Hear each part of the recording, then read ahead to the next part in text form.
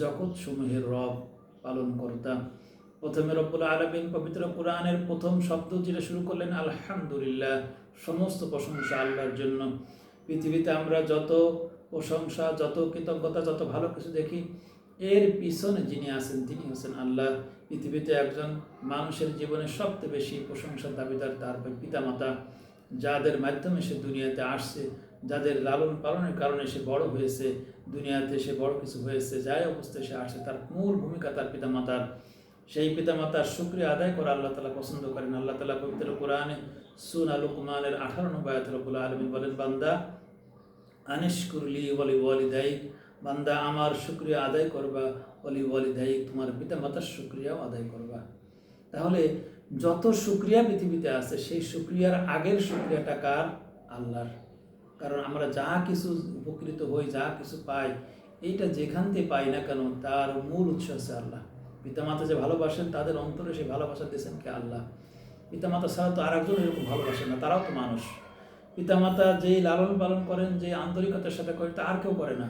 কারণ আল্লাহ তাআলা ওই পিতামাতার অন্তরে ভালোবাসা ঢেলে দিয়েছেন, যার কারণে পিতামাতা তার সন্তানের জন্য জীবন পর্যন্ত দিয়ে দেয়।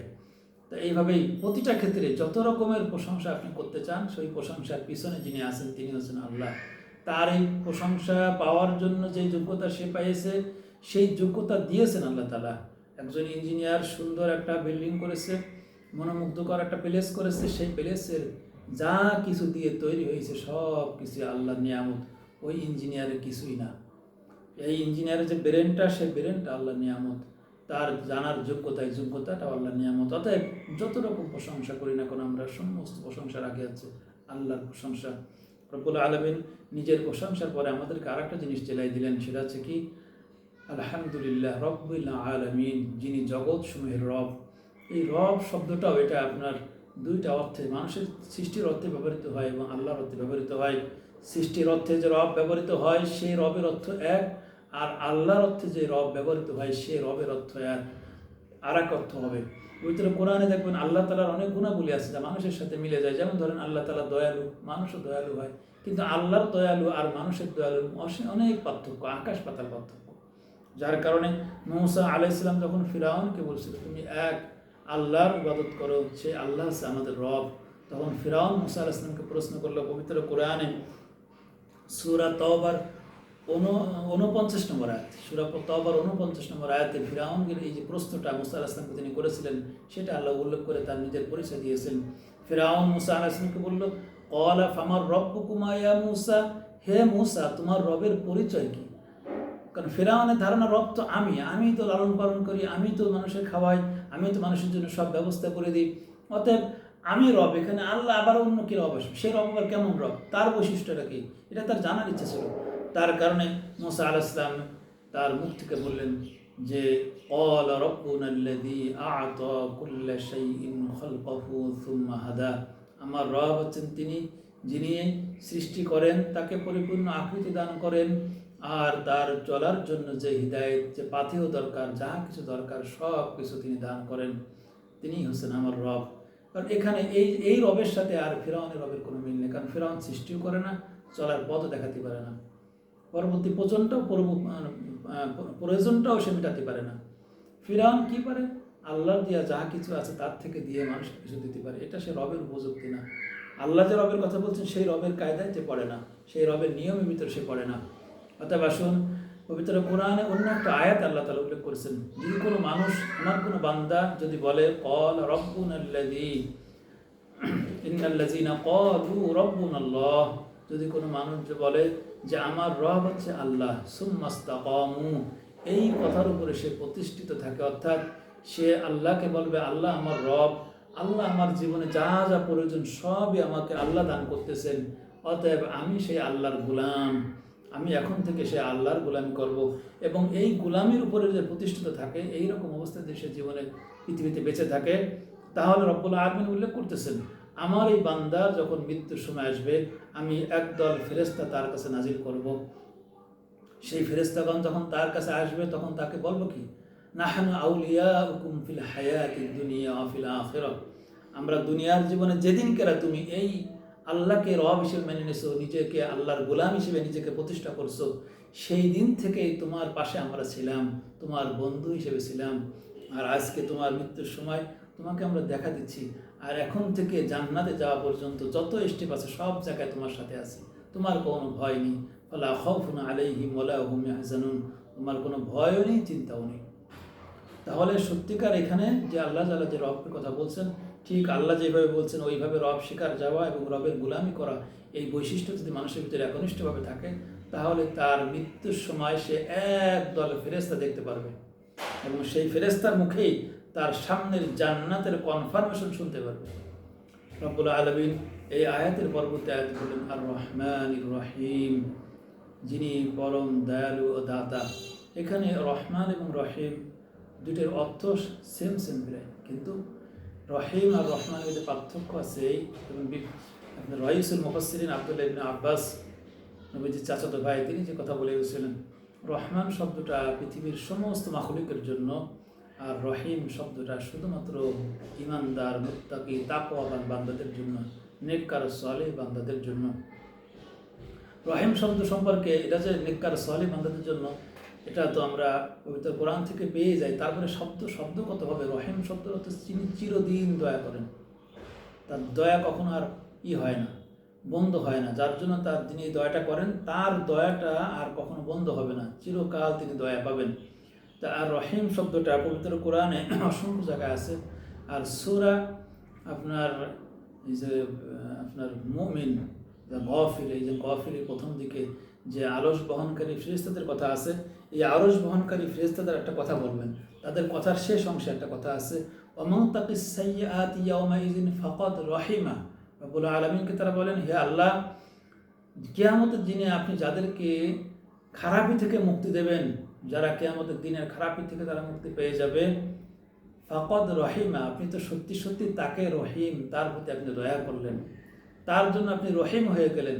অর্থাৎ কিয়ামতের দিনে যে মুক্তি পেয়ে গেল, সেই দিন সে আল্লাহর কাছে আল্লাহর এই রহিম নামের দয়া সে পেয়ে যাবে, আর এই দয়া আর কখনো কশিনকারও খণ্ডন হবে না।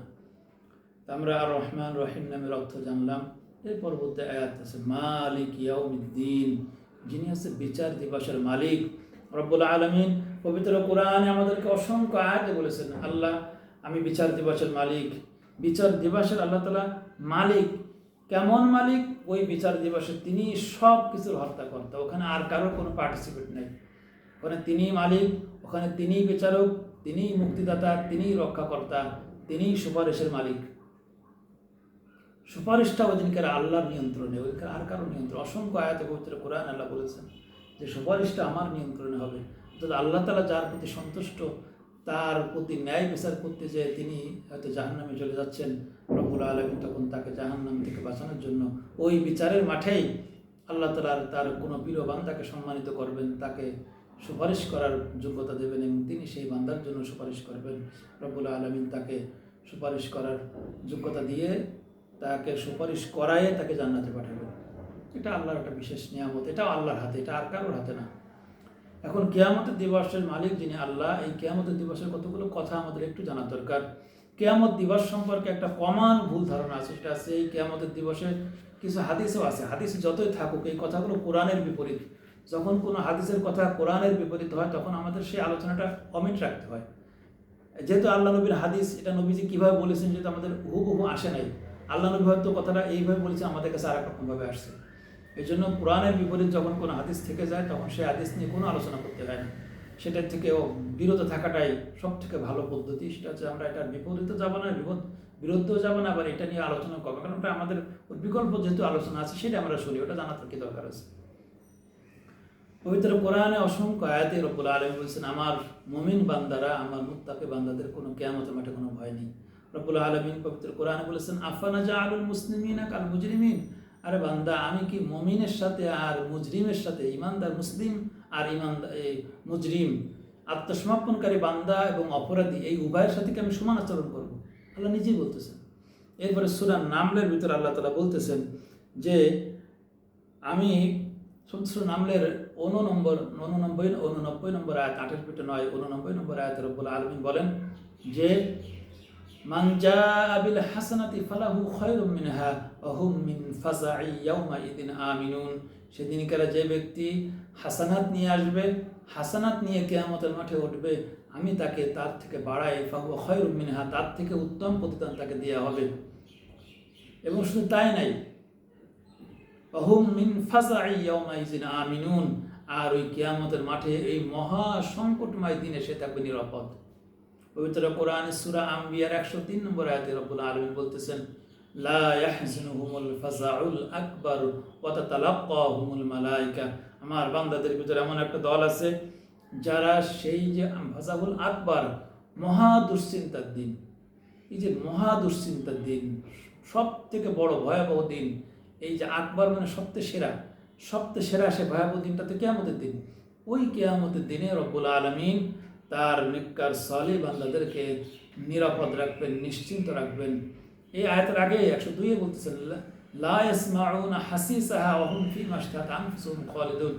সেখানে তারা সামান্যতম আওয়াজও শুনতে পারবে না। কিয়ামতের মাঠে যে আওয়াজ, বিভীষিকাময় আওয়াজ, এই আওয়াজ যদি কান পাতে কেউ শুনে, যেটুকু শোনা যায় অটুক পরিমাণ আওয়াজও শুনতে পারবে না।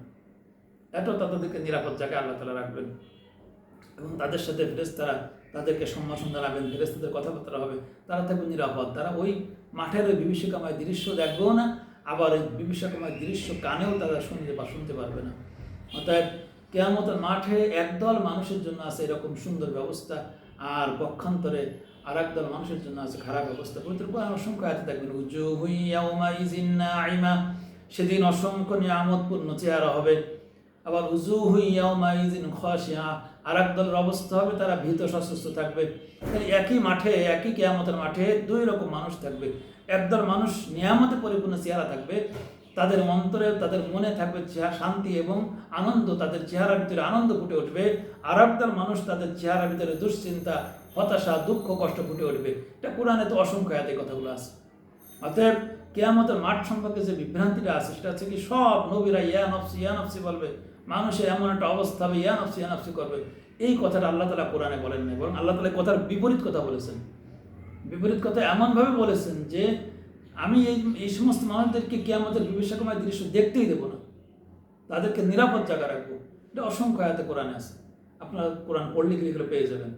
অতএব পবিত্র কোরআনের কিয়ামতের মাঠে যে ভয়াবহতা আছে, আবার ভালো জিনিসটা আছে। আর ভয়াবহতাটা কি? কিয়ামতের মাঠের ভয়াবহ দৃশ্য আছে, জাহান্নাম, সূরা কফের ভিতরে পেয়ে যাবেন, জাহান্নামকে হাজির করা হবে। এবং সূরা তাকাসুর দেখবেন, সুম্মা কাল্লা সাওফা তাআলামুন কাল্লা লাউ তাআলামুন ইলমাল ইয়াকিন লাতারাউন্নাল জাহিম সুম্মা লাতারাউন্নাহা আইনাল ইয়াকিন। সেদিনকে সরাসরি তারা চোখে জাহিম, জাহান্নাম দেখতে পাবে। সুম্মা লাতুসআলুন্না ইয়াওমাইযিন আনিন নাঈম, আর যাদেরকে জাহান্নাম দেখানো হবে তাদেরকে আল্লাহ তাআলা প্রতিটা নিয়ামত সম্পর্কে প্রশ্ন করবে, যে তোমাকে এই নিয়ামত দিয়েছিলাম, এই নিয়ামতের কি শুকরিয়া আদায় করেছো। যারা জাহান্নামী বান্দা হবে তাদের কিয়ামতের মাঠে একটা বড় সমস্যা, তাদের যে জেরা করা হবে, এই জেরাটাই হবে বড় শাস্তি। তাদের আল্লাহ তাআলা যেই নিয়ামতটা দিয়েছে প্রতিটা নিয়ামত তাকে স্মরণ করানো হবে, আর প্রতিটা নিয়ামতের বিপরীতে সে কি কাজ করেছে সেই কাজগুলো তাকে প্রশ্ন করে জানা হবে, আর এইভাবে তাকে হয়রানি করা হবে। কিয়ামতের মাঠে তার এইভাবে বিচার শুরু হয়ে যাবে। কিয়ামতের মাঠটা অত্যন্ত ভয়াবহ মাঠ। এই মাঠের ভয়াবহতা সম্পর্কে আল্লাহ তাআলা আমাদেরকে প্রতিদিন 5 ওয়াক্ত নামাজ জানাচ্ছেন, বান্দা মালিক ইয়াউমিদ্দিন, আমি কিন্তু কিয়ামতের মাঠের মালিক। বান্দা তুমি যদি কোনো ভুল করো তোমার বিচারে তোমার ঢুকতে হবে।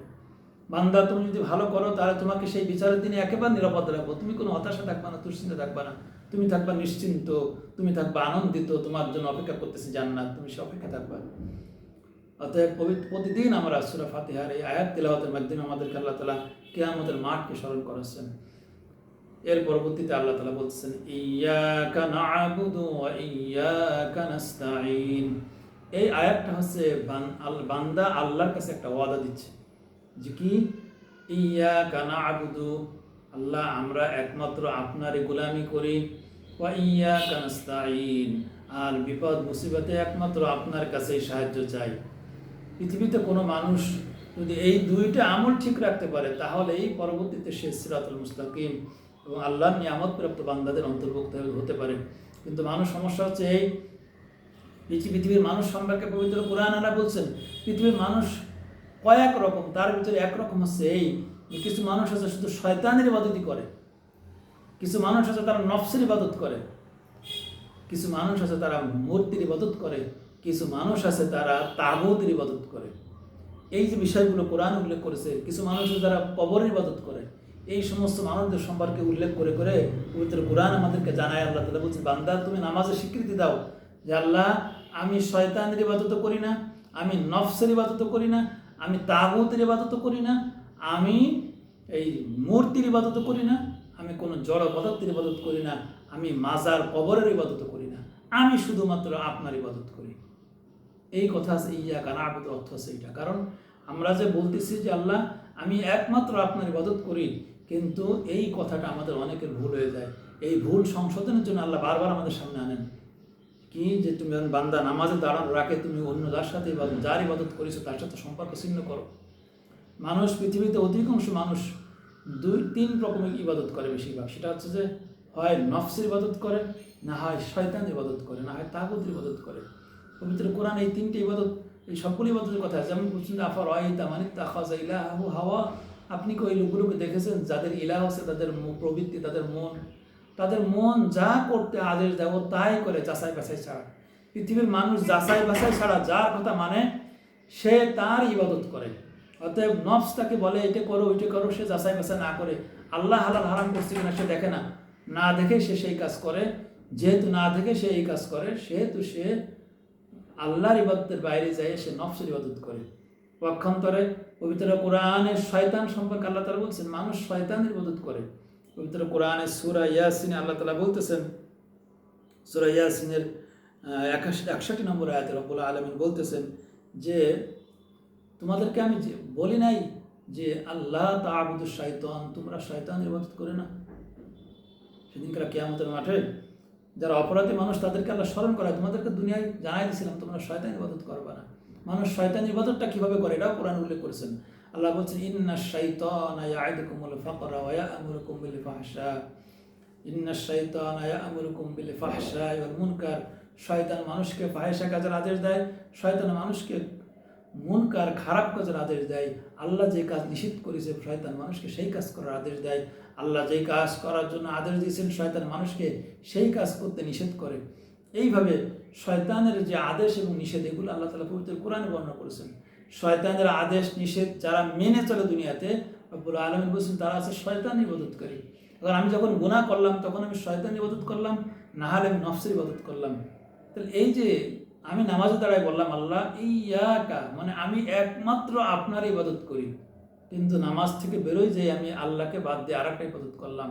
নামাজ থেকে বের হয়ে যে আমি কাউকে গালি দিলাম, আমি ঘুষ খেলাম, আমি সুদ খেলাম, আমি চাঁদাবাজি করলাম, আমি মানুষের সম্পদ ছিনতাই করলাম, ডাকাতি করলাম, চুরি করলাম, আর আমি মসজিদে যাই আবার বললাম ইয়াকা না'বুদু, আমি আল্লাহ আপনার একমাত্র আপনার ইবাদত করি, আমি হচ্ছে মহাপ্রতারক, মহাধোঁকাবাজ হয়ে যাব। অতএব আসুন নামাজ পড়ার আগেই আমাকে গুনার সাথে সম্পর্ক ছিন্ন করতে হবে। আর ওয়াইয়াকা নাস্তাঈন, রব্বুল আলামিনকে আমরা বলতেছি রব্বুল আলামিন আমি একমাত্র আপনার কাছে সাহায্য চাই, বিপদ মুসিবতে সাহায্য আমি আর কারোর কাছে চাই না। কিন্তু পৃথিবীর মানুষ কি করে, বিপদ মুসিবতে পড়ে গেলে মূর্তির কাছে সাহায্য চায়, বিপদ মুসিবতে পড়ে গেলে জিনদের কাছে সাহায্য চাই, বিপদ মুসিবতে পড়ে গেলে কবরের মৃত ব্যক্তির কাছে সাহায্য চাই, বিভিন্ন রকম গাছ গাছালিতে মান্যত করে, বিভিন্ন জায়গায় সাহায্য চাই। এইরকম যারা সাহায্য চায় তারা নামাজে দাঁড়ায় মিথ্যা কথা বলে। সাহায্য চাইতে হবে শুধুমাত্র আল্লাহর, আল্লাহ ছাড়া আমাকে কেউ সাহায্য করতে পারে না, আল্লাহ ছাড়া আর কারোর কাছে সাহায্য চাওয়াও যাবে না। তাহলে আমরা যেটা করি, বিশেষ করে কমন পৃথিবীতে মানুষ যেটা করে সেটা জিনের সাহায্য নেয়। এই জিনের সাহায্য সম্পর্কে পবিত্র কোরআনে 8 নম্বর পারার 3 পৃষ্ঠা আল্লাহ তাআলা বলতেছেন, সূরা আনআমের ভিতরে একটা আছে, আল্লাহ তাআলা বলতেছেন ওয়া ইয়াউমা ইয়াহশুরুহুম জামিআ ইয়া মা'শারাল জিন্নি ক্বাদ ইসতাকসারতুম মিনাল ইনস ওয়া ক্বালা আউলিয়াউহুম মিনাল ইনসি রাব্বানা ইসতামতা'a বা'দুনা বিবা'দিন ওয়া বালাগনা আজালানা আল্লাযী আজ্জালতা লানা ক্বালা আন-নারু মাসওয়াকুম খালিদিনা ফিহা ইল্লা মা শা আল্লাহ।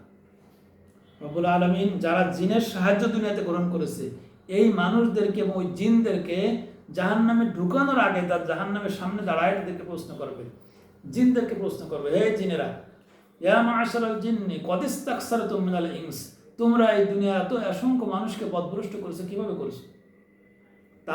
তাকে প্রশ্ন করবে জিনদেরকে, উত্তর মানুষে দেবে।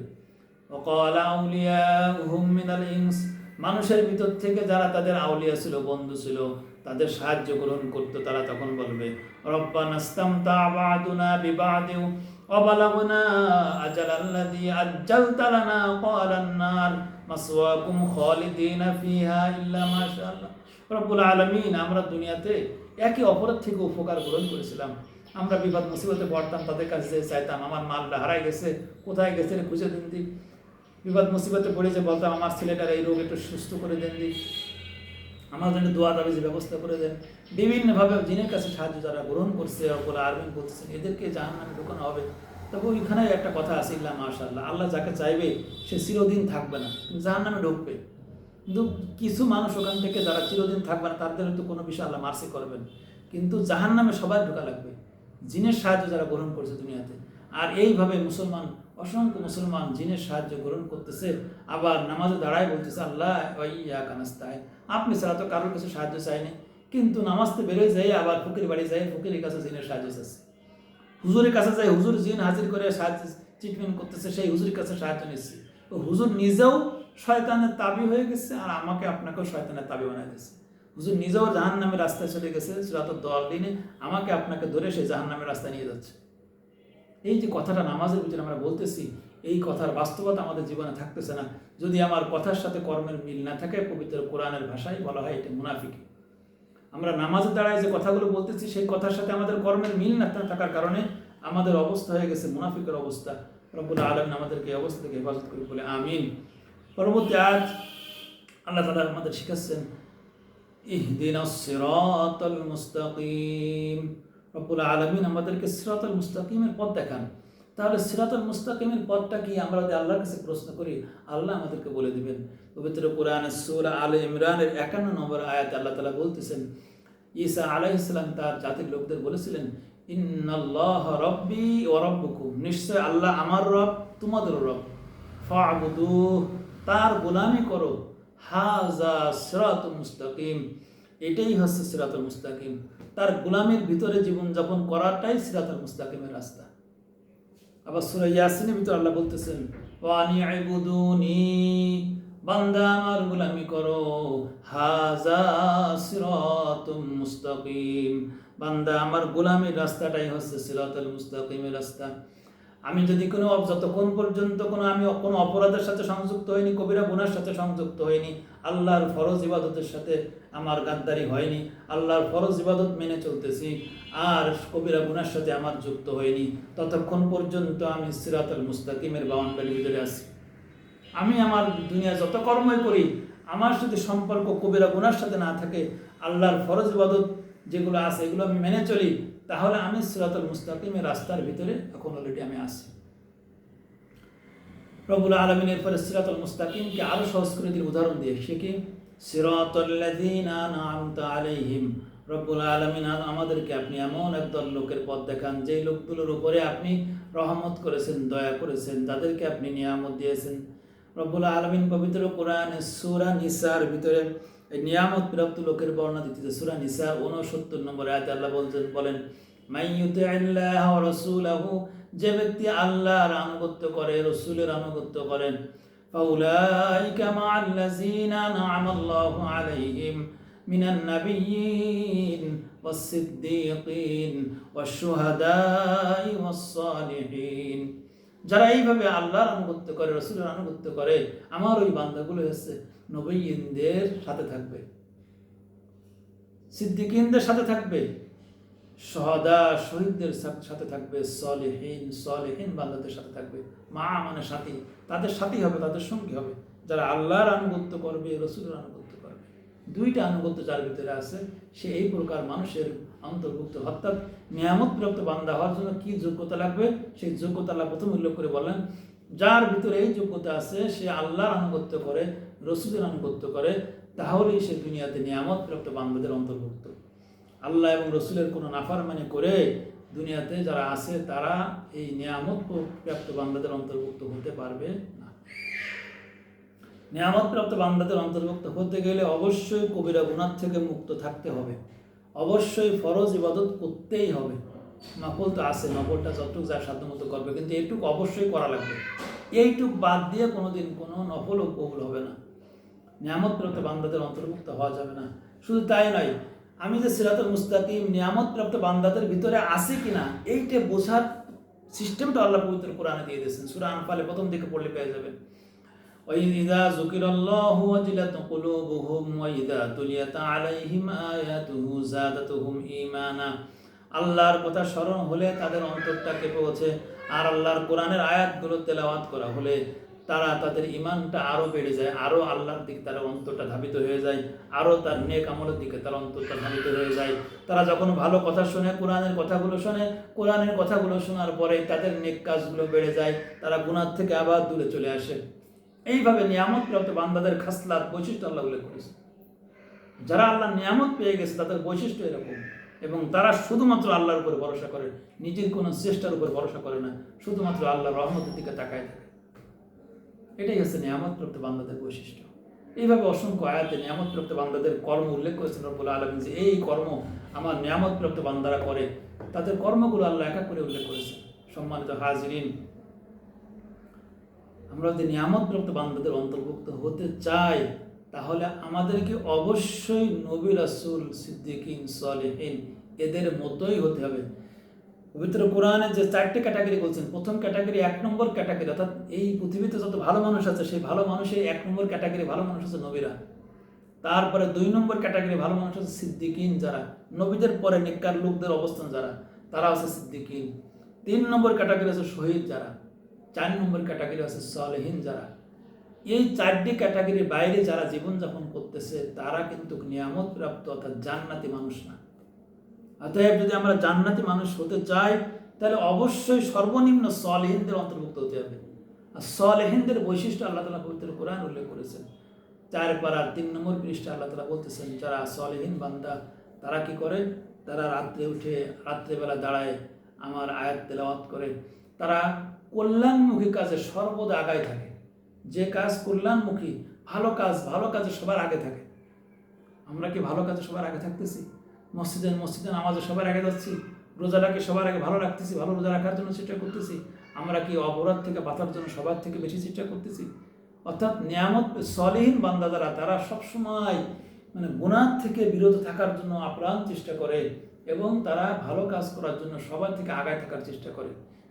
এই কাজগুলো, এই যোগ্যতা পাওয়ার জন্য যেটা লাগবে সেটা আবার পবিত্র কোরআন আল্লাহ উল্লেখ করেছেন।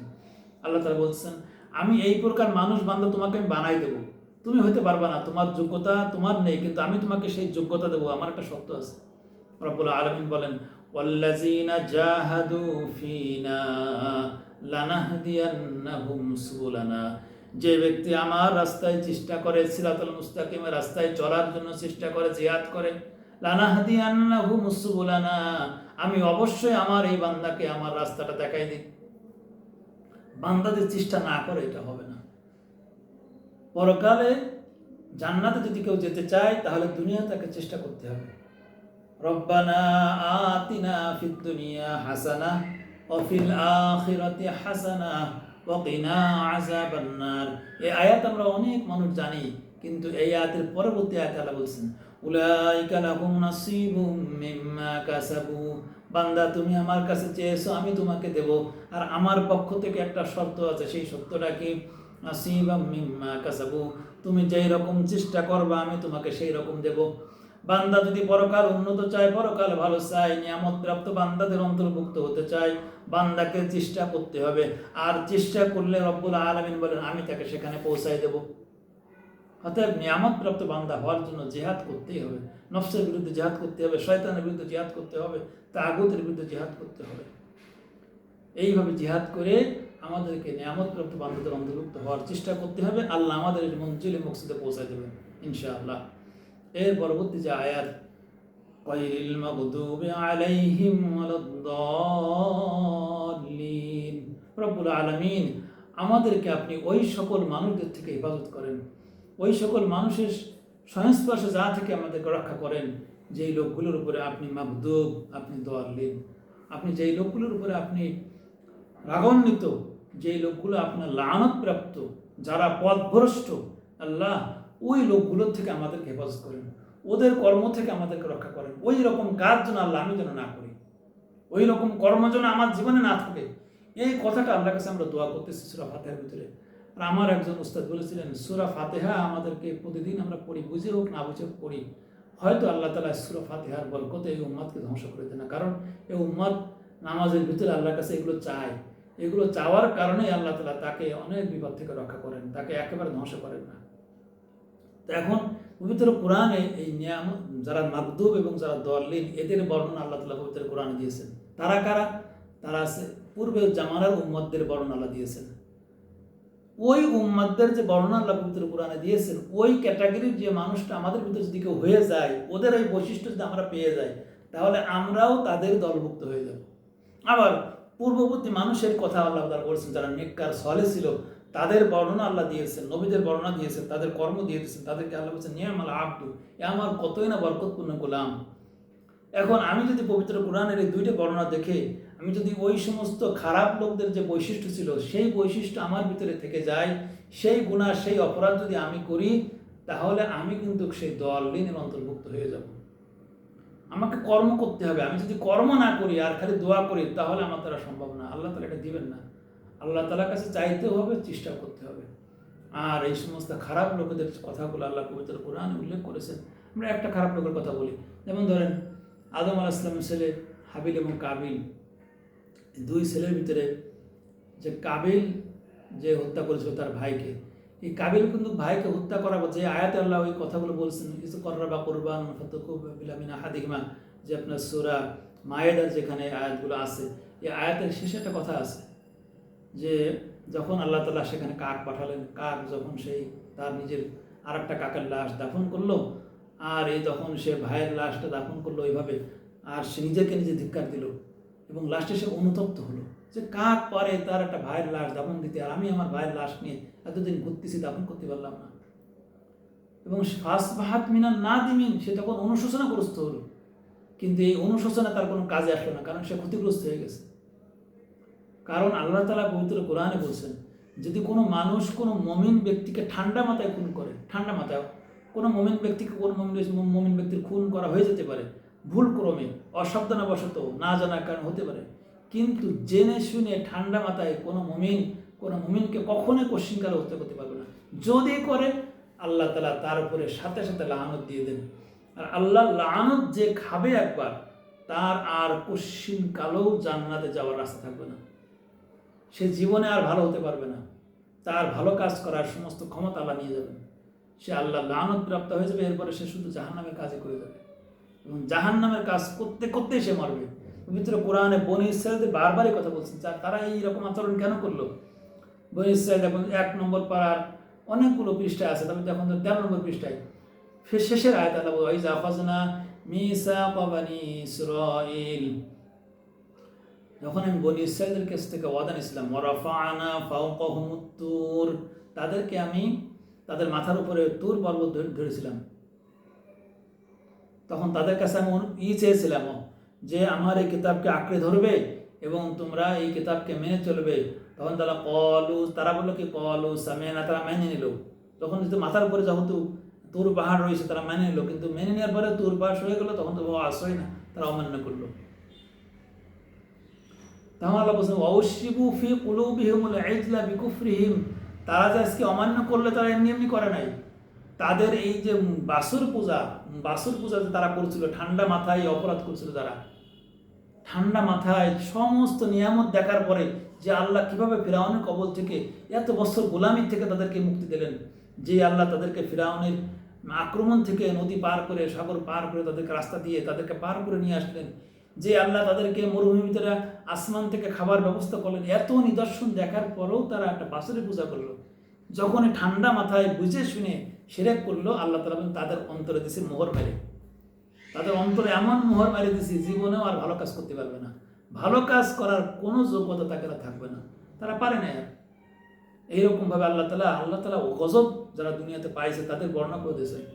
এই জন্য আল্লাহ তাআলার গজব প্রাপ্ত বান্দা যদি আমরা একবার হয়ে যায়, আমাদের জীবন শেষ, আমরা আর আগাইতে পারবো না। অতএব এই গজব প্রাপ্ত বান্দাদের অন্তর্ভুক্ত যদি আমরা না হতে পারি, এই জন্য যেমন আল্লাহর কাছে দোয়া করতে হবে, ঠিক অনুরূপভাবে সাথে সাথে বড় বড় অপরাধ থেকে বেঁচে থাকতে হবে। শিরক, কুফর, সব কবিরা গুনাহ যেগুলো আছে, জিনা, ব্যভিচার, মদ খাওয়া, সুদ খাওয়া, এবার মানুষ হত্যা করা, চাঁদাবাজি করা, মানুষের সম্পদ লুণ্ঠন করা, চুরি করা, এভাবে যত রকমের পাপ আছে, এই সমস্ত পাপ থেকে নিজেকে রক্ষা করে চলতে হবে। যদি আমরা এইভাবে চলি, আমরা যদি আল্লাহর তাআলার প্রিয় বান্দা হতে চাই, আমরা যদি বিনয়ী হয়ে যাই, আমরা যদি আল্লাহর কাছে আমাদের জন্য নিজেকে আত্মসমর্পণ করে দিই, আল্লাহ যা জীবনে করেছি আল্লাহ আজকের থেকে আর ভুল করবো না, আজকের থেকে আমি আপনার নিয়ামতপ্রাপ্ত বান্দাদের অন্তর্ভুক্ত হওয়ার জন্য আল্লাহ আজকের থেকে আমার জানা যাহা কিছু ভালো কাজ আছে আমি জানি, আমি তো সব জানি না আল্লাহ, আমি যা জানি আমি আজকের থেকে সব মেনে চলবো। আল্লাহর কাছে এইভাবে ওয়াদা দিয়ে আল্লাহর কাছে ফেরত আসতে পারি আমরা, তাহলে আল্লাহ তাআলা পবিত্র কোরআন আর একটা কথা বলছেন, ইন্নাল্লাহা ইউহিব্বুত তাওয়াবিন ওয়া ইউহিব্বুল মুতাতাহহিরিন। রব্বুল আলামিন তওবাকৃত বান্দাকে বড়ই ভালোবাসেন, এবং আল্লাহ তাআলা পবিত্র যারা থাকতে চায়, তওবার মাধ্যমে যারা পবিত্র থাকতে চায়, দুনিয়াতে যারা পবিত্র জীবন যাপন করে আল্লাহ এদেরকে ভালোবাসে। অতএব আসুন, যা ভুল হয়ে গেছে আমরা এখন থেকে আল্লাহর লানত-প্রাপ্ত, আল্লাহর রাগান্বিত হওয়ার তাদের প্রতি হয়েছে তাদের মতো জীবনযাপন না করে আমরা আল্লাহর কাছে আত্মসমর্পণ করে আমরা আল্লাহর নিয়ামতপ্রাপ্ত বান্দা হওয়ার জন্য আমরা চেষ্টা সাধনা শুরু করে দিই। আল্লাহ তাআলা আমাদের সকলকে সূরা ফাতিহার আলোকে আমাদের পবিত্র পুরো কোরআনের জিন্দিকে আমাদেরকে ধারণ করার তৌফিক দান করুন। আমিন। ওয়া মা আলাইনা ইল্লাল বালাগ। আসসালামু